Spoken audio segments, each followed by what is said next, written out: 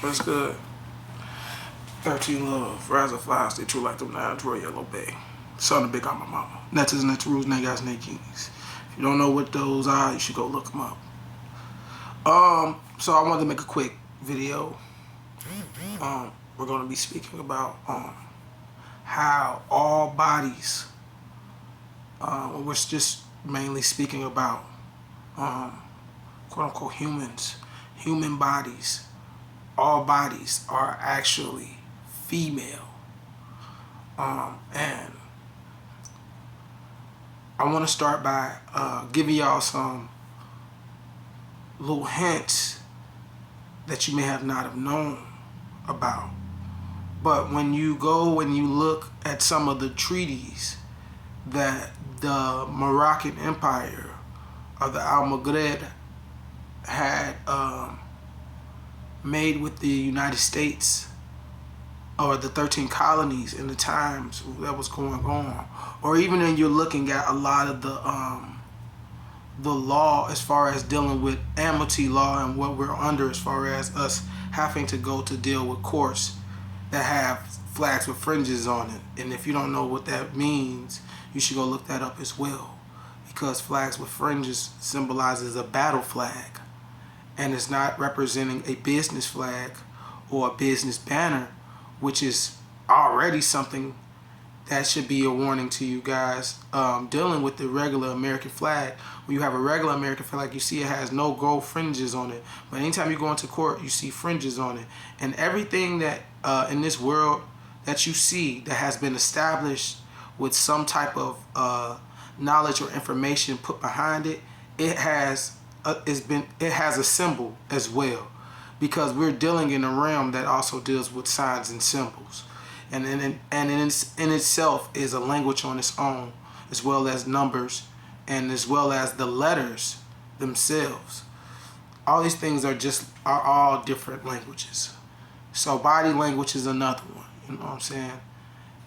There's many different forms of communication that we have on this planet, and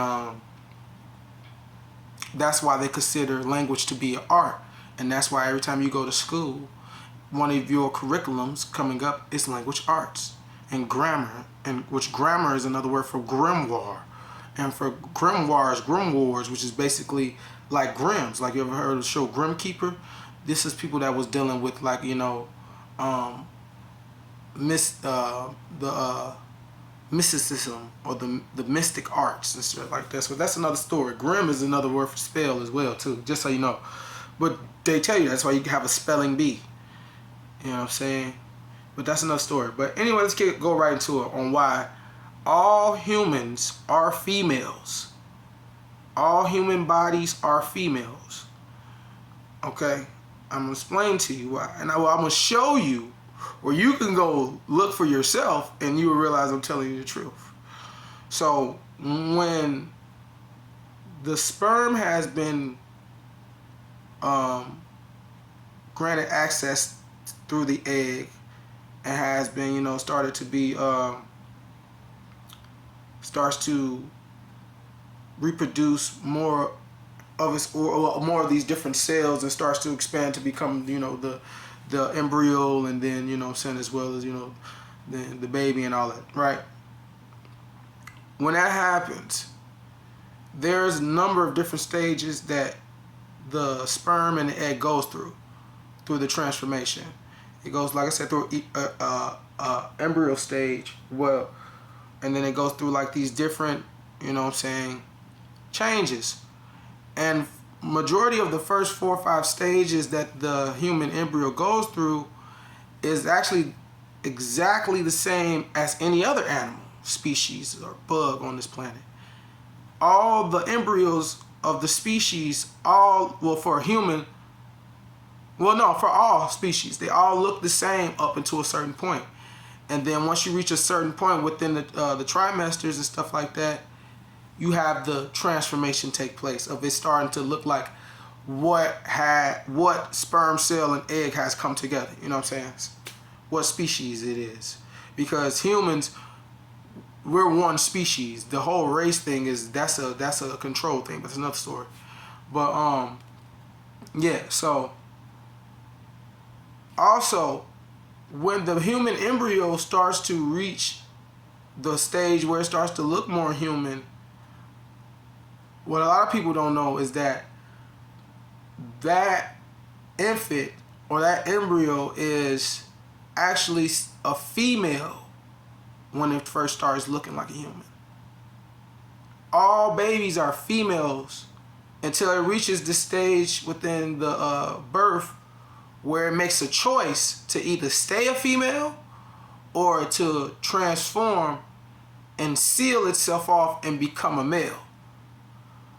And you know this is true. And I could prove it to you. I'm going to prove it to you.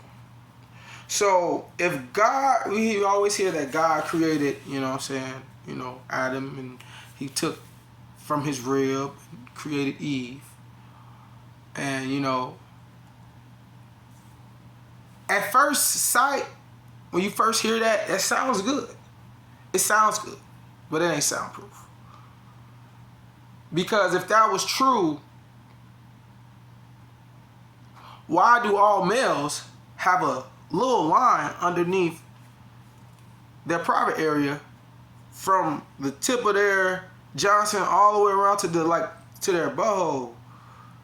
And it looks like a stitch, like something has been stitched off or stitched closed.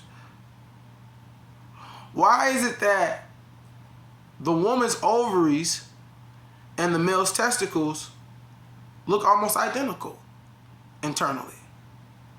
Why is it that the man's penis looks oddly familiar or similar to a woman's clitoris, and like it has just been extended? Because this is what has happened. So all males, all these vessels that we have are, like, I'm a masculine female. See what I'm saying? If I was an actual male, like I had an actual male body, there would be no line there. Because why would the creator put a line on your Johnson if it wasn't stitching something? If you were created like that naturally, you don't got no line closing up, you know what I'm saying? Let me see, I'm thinking of another area. Like, you ain't got no line on the back of your leg to show where your skin's closed. Like, the rest of your skin just looks like it's on you, right? But it's this one area of you where, like, it's a stitching. But females don't have that. They don't have no stitching. You see what I'm saying? So I hope you're catching on to what I'm trying to explain or bring light to. All males have a line underneath their junk that looks like a stitch, like somebody stitched them closed, like a scar. You've seen scar stitches before. So this also leads into why, when you're dealing with law, like what I was talking to earlier about, like when you're looking at treaties and stuff like that, you'll see oftentimes that they're speaking about vessels and how these vessels are on these waters and how these vessels are entering these ports. But remember, these treaties are talking, they ain't talking about vessels, they talk about people. You see what I'm saying? They talk about things that's taking place on the land, but in the law, they talking about stuff that's taking place on the water, and they calling everything talking about vessels and talking about your ship. And you know why that is? And why amity law can work on a human being? Because you are a vessel. And they have that within these religious texts, that you are the temple. What's another word for temple? A vessel. What's another word for vessel? A building. Ship. Anything that is able to contain something is a vessel, right? So then they also go along and they speak of these vessels as females. They always say a vessel can only be a female name.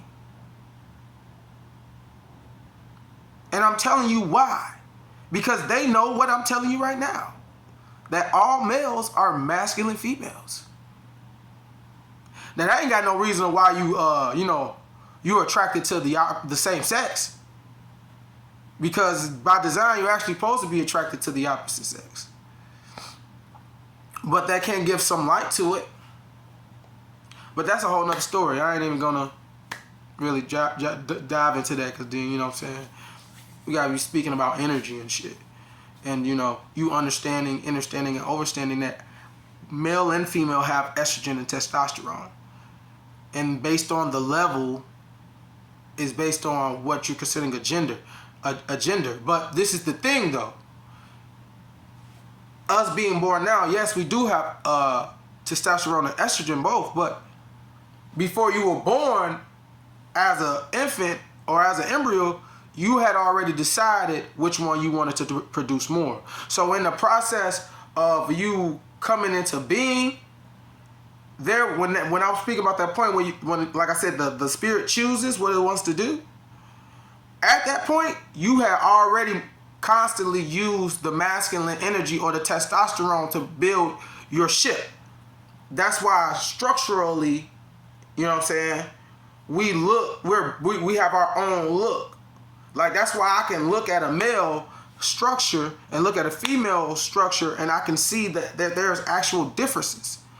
Even when you're dealing with like females who have what you consider like little hips or stuff like that, there's other ways of telling if the female is actually a female. Like, you should study anatomy. I studied anatomy because shit, look what times we in. You damn near need to know anatomy. You would damn near need to know.